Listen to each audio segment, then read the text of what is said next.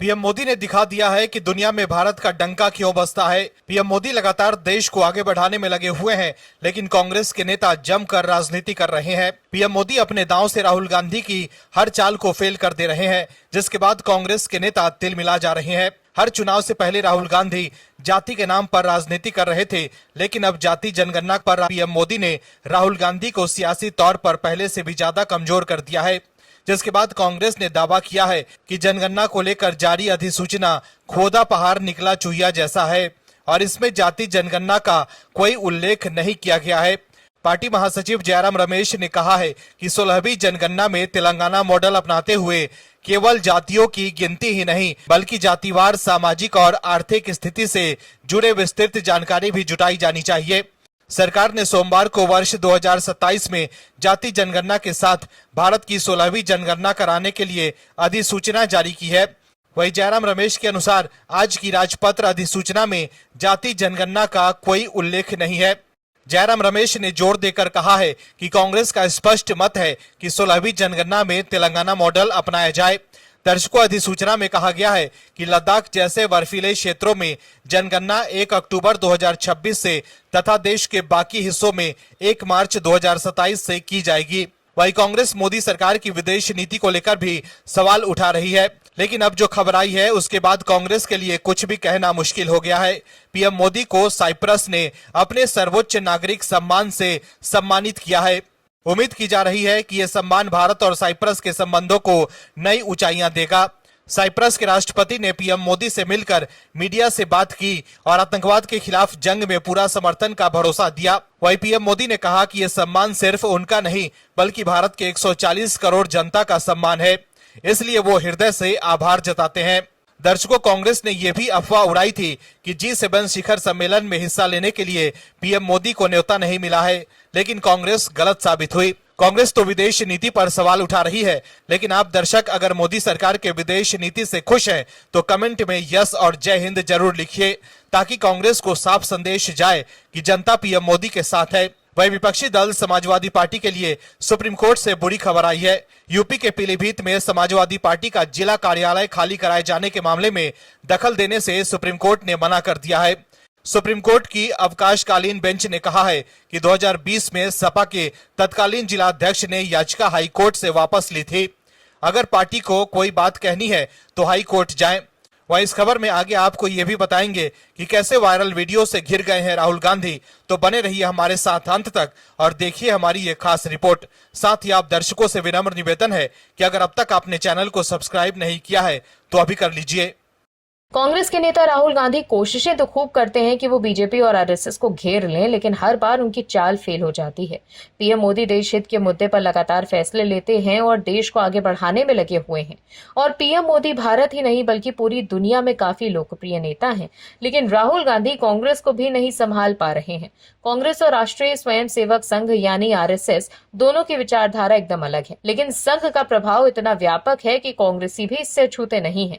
वैसे तो लोकसभा में नेता प्रतिपक्ष और कांग्रेस सांसद गांधी लगातार आरएसएस को निशाने पर लेते रहते हैं, लेकिन अब उनके ही एक सिपाही का वीडियो वायरल हो रहा है, जिसके बाद राहुल गांधी के लिए कुछ भी कहना मुश्किल हो गया है। दरअसल कांग्रेस के एक नेता का वीडियो वायरल हो रहा है। इस वायरल वीडियो में विधायक कह रहे हैं कि मैं कांग्रेस का विधायक हूं, लेकिन आरएसएस से भी जुड़ा हुआ हूं। सोशल मीडिया पर वायरल हो रहा वीडियो आगर मालवा क्षेत्र का है। भैरव सिंह परिहार यहाँ की सुनसैर विधानसभा सीट से विधायक है। किसी संगठन के प्रोग्राम में शामिल होने के लिए भैरव सिंह पहुंचे थे। इस दौरान जब माइक उनके हाथ में आया तो वो आरएसएस के साथ अपनी नजदीकियां गिनवाने लग गए। सिंह ने कहा कि वैसे तो वो कांग्रेस विधायक हैं, लेकिन आरएसएस से भी जुड़े हुए हैं। उन्होंने कहा कि आरएसएस के कई पदाधिकारी उनके करीबी हैं और उन्होंने भी संघ के लिए कई काम किए हैं। इस दौरान भैरव सिंह ने हाल ही में हुए एक समझौते को भी याद दिलाया। मध्य प्रदेश के सुनसैर सीट से कांग्रेस के विधायक भैरव सिंह परिहार बोल रहे हैं कि कांग्रेस का विधायक होते हुए भी मैं संघ से जुड़ा हुआ हूं। इधर राहुल गांधी अपनी पार्टी में स्लीपर सेल, बारात, रेस और लंगड़े घोड़ों की तलाश कर रहे हैं। दर्शकों, कांग्रेस हर तरफ से घिरती जा रही है। हर राज्य में कांग्रेस की चिंता बढ़ गई है। बिहार में चुनाव से पहले कांग्रेस बैकफुट पर है। प्रशांत किशोर भी कांग्रेस पर ही हमलावर है, न कि आरजेडी पर, क्योंकि प्रशांत जानते हैं कि राहुल जितने ही कमजोर होंगे, महागठबंधन को उतना ही अधिक नुकसान होगा। दर्शकों, पूर्व चुनाव रणनीतिकार प्रशांत किशोर ने दावा किया कि बिहार में कांग्रेस ने खुद को राष्ट्रीय जनता दल का पिछलग्गू बना लिया है। उन्होंने राहुल गांधी को चुनौती दी कि वो लालू प्रसाद यादव द्वारा अपने पैरों के पास अंबेडकर की प्रतिमा रखने के लिए उनकी आलोचना करते दिखाए। प्रशांत किशोर की नई पार्टी जन सुराज आगामी बिहार विधानसभा चुनाव में उतरना चाहती है। मुजफ्फरपुर में प्रशांत किशोर मीडिया से बात कर रहे थे। कांग्रेस की संभावनाओं के बारे में पूछे गए एक सवाल का जवाब देते हुए किशोर ने कहा कि कांग्रेस ने बिहार में खुद को राजद के पिछलग्गू के रूप में सीमित कर लिया है। पहले राज्य कांग्रेस लालू प्रसाद यादव की आभारी थी। अब तेजस्वी यादव लालू के छोटे बेटे और उनके संभावित उत्तराधिकारी की बारी है। मैं राहुल गांधी से कहता हूं कि मुझे गलत साबित करने के लिए एक छोटा सा काम करिए। वो अपने पैरों के पास अंबेडकर की तस्वीर रखने के लिए लालू प्रसाद की आलोचना करते हुए केवल एक बयान जारी करके दिखाएं। दरअसल 11 जून 2025 को आरजेडी प्रमुख लालू यादव ने अपना 78वां जन्मदिन मनाया था। 14 जून को एक वीडियो सामने आया जिसमें लालू यादव कुर्सी पर बैठे हैं। वो अपने पैरों के सामने दूसरी कुर्सी पर पैर रखे हुए हैं। इस बीच एक समर्थक अंबेडकर की तस्वीर हाथ में लेकर आता है। लालू यादव के साथ फोटो खिंचवाने लगता है। जिस तरीके से फोटो खिंचवाई गई, प्रशांत किशोर ने लोकसभा में नेता प्रतिपक्ष राहुल गांधी पर उसको लेकर निशाना साधा और कहा कि उन्होंने कांग्रेस शासित तेलंगाना के मुख्यमंत्री पर भी हमला नहीं किया, जिन्होंने बिहार के लोगों का मजाक उड़ाया था और कहा था कि छोटे मोटे काम मजदूरी करना और उनके डीएनए में है। तो देखा आपने कैसे वायरल वीडियो की वजह से राहुल गांधी बैकफुट पर आ गए हैं। दर्शकों, आम आदमी पार्टी को दिल्ली की जनता ने सत्ता से बाहर का रास्ता दिखा दिया है। जनता ने आम आदमी पार्टी और केजरीवाल को समझा दिया है कि सिर्फ बात करने से कुछ नहीं होगा, काम भी करना होता है। समझने की जरूरत है कि अरविंद केजरीवाल सिर्फ सत्ता के लिए जनता को वर्गलाते रहे हैं। वो सिर्फ जनता को बताते रहे हैं कि बीजेपी और दिल्ली के एलजी हमें काम नहीं करने दे रहे। हालांकि जनता को समझ आ गया है कि जब काम नहीं कर सकते तो केजरीवाल और आम आदमी पार्टी को सत्ता में लाकर फायदा ही क्या है।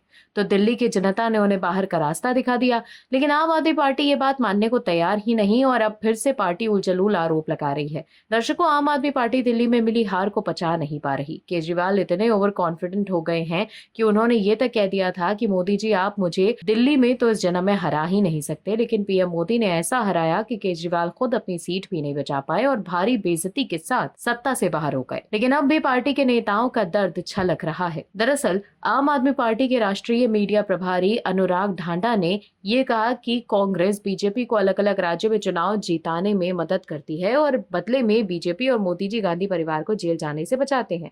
चाहे दिल्ली के कॉमनवेल्थ घोटाले में क्लीन चिट देना हो, 2G स्कैम में क्लीन चिट देना हो या फिर रॉबर्ट वाड्रा और गांधी परिवार के खिलाफ चल रहे केसों में उन्हें जेल से बाहर रखना हो, बीजेपी नेता कांग्रेस को बचाने की जिम्मेदारी निभाते हैं। दिल्ली विधानसभा चुनाव में बीजेपी कांग्रेस के बीच मिली भगत थी। इस बात का संकेत चुनाव आयोग द्वारा जारी पार्टियों को मिले चंदे के आंकड़े दे रहे हैं। अनुराग ढांडा ने ये भी कहा कि दिल्ली में बीजेपी कांग्रेस के बीच मिली भगत थी। कांग्रेस को 44 करोड़ रुपए कैश में चंदा मिला था, जबकि उसका कोई अस्तित्व नहीं था और न सर्वे में कोई सीट जीत रही थी। फिर भी उसे 44 करोड़ रुपए कैश किसने दिया?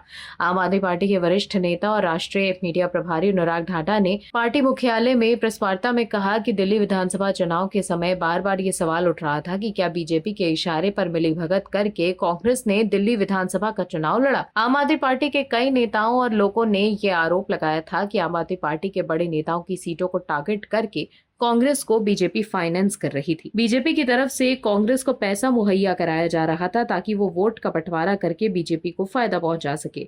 ढांडा ने यह भी कहा कि चुनाव बाद सभी पार्टियों ने चुनाव आयोग में दस्तावेज जमा किए जिनमें चुनाव के दौरान उनमें खर्च और चंदे का ब्यौरा दिया गया था। इन दस्तावेजों में बहुत ही हैरान करने वाले आंकड़े आए थे जो इस दावे को और भी ज्यादा पुख्ता करते हैं कि क्या कांग्रेस दिल्ली विधानसभा चुनाव में बीजेपी के इशारे पर काम कर रही थी। उन्होंने कहा कि ये सबको पता था कि दिल्ली में मुख्य मुकाबला बीजेपी और आम आदमी पार्टी के बीच था। कोई सर्वे या व्यक्ति ये नहीं कह सकता था कि कांग्रेस का कहीं भी कोई अस्तित्व था या फिर उसे कोई वोट मिल सकता है। सारे सर्वे बता रहे थे कि कांग्रेस को 0 सीटें मिल रही हैं। ढांडा ने यह भी कहा कि अगर आम आदमी पार्टी को कोई चंदा दे चाहे वो कैश में हो या फिर किसी अन्य रूप में, तो बीजेपी तुरंत इनकम टैक्स या ईडी जैसी एजेंसियों को उसके पीछे लगा देती है। लेकिन कांग्रेस को 44 करोड़ रुपए कैश में मिले और कोई खबर नहीं हुई, किसी भी इनकम टैक्स का नोटिस नहीं गया, किसी को पकड़ा गया या कोई एजेंसी उसके पीछे लगी, ऐसा भी नहीं हुआ। इससे पता चलता है कि कहीं ना कहीं बीजेपी और कांग्रेस की मिलीभगत थी। आम आदमी पार्टी बीजेपी और कांग्रेस की मिलीभगत के आरोप लगा रही है, लेकिन इंडी गठबंधन में शामिल होकर आम आदमी पार्टी ने कांग्रेस के साथ लोकसभा चुनाव लड़ा था, लेकिन अब पार्टी के नेता आरोप बीजेपी पर लगा रहे हैं। दर्शकों, आम आदमी पार्टी के नेताओं को मालूम है कि दिल्ली में अब उनकी दाल नहीं गलने वाली। एमसीडी से भी पार्टी सत्ता से बाहर हो गई है, इसीलिए पार्टी के नेता बेचैन हैं। कांग्रेस में सब कुछ ठीक नहीं है। राहुल गांधी और पार्टी के नेता दावे तो खूब करते हैं, लेकिन पार्टी लगभग हर राज्य में आपसी कलह से जूझ रही है। राहुल लगातार ये कोशिश में कर रहे हैं कि राहुल गांधी की सफल सियासी लॉन्चिंग हो जाए, लेकिन पीएम मोदी के सामने राहुल टिक नहीं पा रहे। वहीं अब कांग्रेस के बड़े नेता भी गांधी पर सवाल उठा रहे हैं, जिसके बाद कांग्रेस को अपने नेता पर कार्रवाई करना पड़ रहा है। ऑपरेशन सिंदूर पर भी एक तरफ जहां राहुल गांधी मोदी सरकार को घेरने की कोशिशें कर रहे हैं, तो वहीं शशि थरूर और सलमान खुर्शीद जैसे कांग्रेस के बड़े नेता मोदी सरकार की तारीफों में कसीदे पड़ रहे हैं। इसको लेकर भी कांग्रेस को काफी मिर्ची लगी थी। दर्शकों, कांग्रेस के भीतर जूतम पैजार मच गई है। समझने वाली बात यह है कि कांग्रेस के भीतर ऐसे लोग हैं जो कांग्रेस के भीतर रहकर भी कांग्रेस को दीमक की तरह चाट रहे हैं। वो कांग्रेस को सिर्फ स्वामी भक्ति के जाल में उलझा कर रखे हुए हैं। वो चाहते ही नहीं कि कांग्रेस आगे बढ़े, वो सिर्फ राहुल गांधी को उलझाए हुए हैं और ना कांग्रेस आगे बढ़ पा रही है और ना ही राहुल गांधी जीत पा रहे हैं। लगातार वो चुनाव हार रहे हैं और कांग्रेस के भीतर रहकर कोई दूसरा उनको सही रास्ता दिखाने की कोशिश करता है तो कांग्रेस उसे बाहर का रास्ता दिखाने लगती है। कांग्रेस के सीनियर नेता दिग्विजय सिंह भले ही अपने भाई लक्ष्मण सिंह पर कोई टिप्पणी करने से बच रहे हों, लेकिन कांग्रेस के फायर ब्रांड नेता सज्जन वर्मा ने उन पर हमला बोल दिया। उन्होंने लक्ष्मण सिंह को स्लीपर सेल निरूपित करते हुए ये कहा कि वो स्लीपर सेल के निष्कासन का पहला उदाहरण है। ऐसे व्यक्तियों की हमारी पार्टी में आवश्यकता नहीं है। दरअसल मध्य प्रदेश के खरगोन में कांग्रेस का संगठन सृजन अभियान आयोजित हुआ। इस अवसर पर मीडिया से चर्चा करते हुए सज्जन सिंह वर्मा ने कहा कि राहुल गांधी ने जो स्लीपर सेल वाली बात कही थी, उस स्लीपर सेल को हमने निकाल कर बाहर फेंक दिया। लक्ष्मण सिंह का निष्कासन प्रदेश में इसका पहला उदाहरण है और यही तो नव सृजना है। वर्मा यही नहीं रुके, उन्होंने कहा कि लक्ष्मण सिंह कभी भी इतने महत्वपूर्ण नहीं रहे कि उनके कहने से कोई प्रधानमंत्री बनता या बिगड़ता हो। वो तो वर्तमान पीएम तक पहुंचने का रास्ता ढूंढ रहे थे और एक बार ऐसा पहले भी हो चुका है। उन्होंने कहा कि जो व्यक्ति पार्टी के शीर्ष नेतृत्व को सार्वजनिक रूप से बिना कारण औचित्यहीन शब्दों का इस्तेमाल करता है, ऐसे व्यक्ति की हमारी पार्टी में आवश्यकता नहीं है। दर्शकों, राहुल गांधी के खिलाफ कांग्रेस के कुछ नेता समय समय पर आवाज उठाते रहते हैं। इस बार दिग्विजय सिंह के भाई लक्ष्मण सिंह ने राहुल गांधी पर निशाना साधा। वहीं दिग्विजय सिंह ने भी लक्ष्मण सिंह की राहुल गांधी के खिलाफ बयानबाजी और उनके निष्कासन के मामले में अपनी अनभिज्ञता जाहिर की थी। इसके साथ ही दिग्विजय सिंह ने यह भी कहा था कि वो हमारे भाई थे, हैं और रहेंगे। वहीं कांग्रेस के नेता ये आरोप भी लगा रहे हैं कि लक्ष्मण सिंह तो वर्तमान प्रधानमंत्री नरेंद्र मोदी के नजदीक जाने का रास्ता ढूंढ रहे थे, पहले भी ऐसा कर चुके हैं। वहीं कांग्रेस ने हाल ही में निकाले गए लक्ष्मण सिंह के तेवर बदले हुए नहीं दिख रहे। लक्ष्मण सिंह ने हाल ही में कांग्रेस आलाकमान और लोकसभा में विपक्ष के नेता राहुल गांधी पर कटाक्ष किया। सिंह ने तंज में प्रेस कॉन्फ्रेंस कर कहा कि जिनकी खुद की बारात नहीं निकली, उन्हें क्या मालूम बारात का घोड़ा कैसे चलता है। उन्होंने कहा कि राहुल गांधी ने भोपाल में संगठन सृजन अभियान के दौरान कहा था कि कांग्रेस में लंगड़े घोड़े को निकाला जाएगा।